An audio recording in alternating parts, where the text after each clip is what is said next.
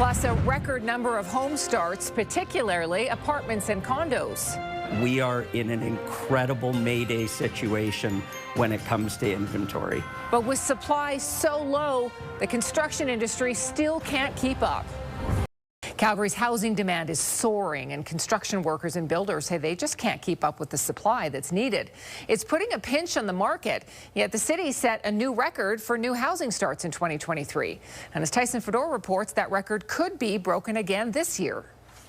Nazir Ashuri is working hard to get these bonus homes completed and move on to his next project. The workload is just not slowing down. Not in the next 15 to 20 years. He says workers are in short supply, leading to limited availability of homes. Yes, it's very hard to find workers because the demand is so high and we don't have many people to work. Canada's Mortgage Housing Corporation says Calgary saw more than 19,000 new build projects start last year, a new record, eclipsing 2022's total by nearly 2,000. The demand for housing has grown significantly, and we do believe that developers are responding to that strong demand. Apartments made up nearly half of housing starts last year, while row home complexes are also in high demand. There's still room to build more, and the demand is so strong that the supply still isn't keeping up with the pace of the demand that we've seen in Calgary.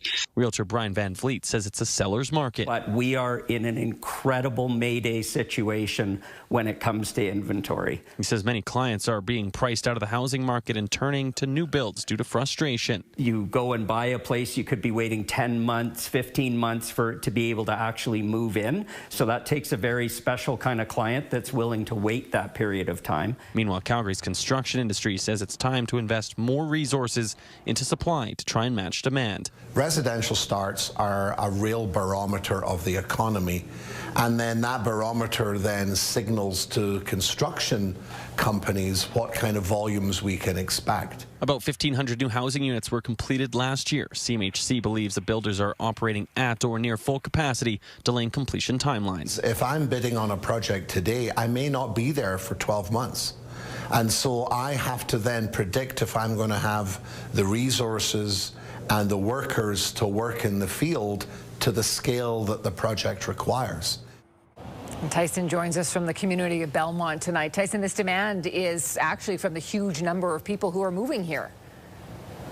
And Tara, just last year, from January 1st of 2023 to January 21st of 2024, more than 202,000 residents moved to Alberta, the highest growth rate in the country at 4.4%.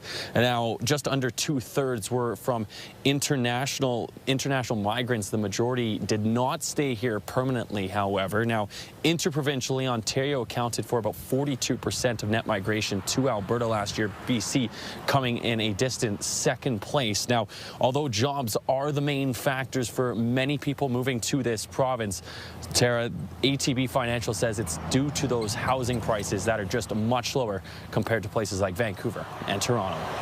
Interesting. Okay, Tyson, thank you.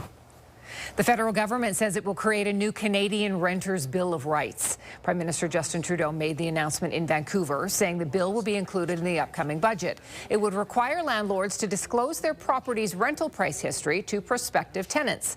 Other planned measures include a $15 million tenant protection fund, which would pay provincial legal aid groups to help tenants fight unfair rent hikes, reno evictions, or bad landlords.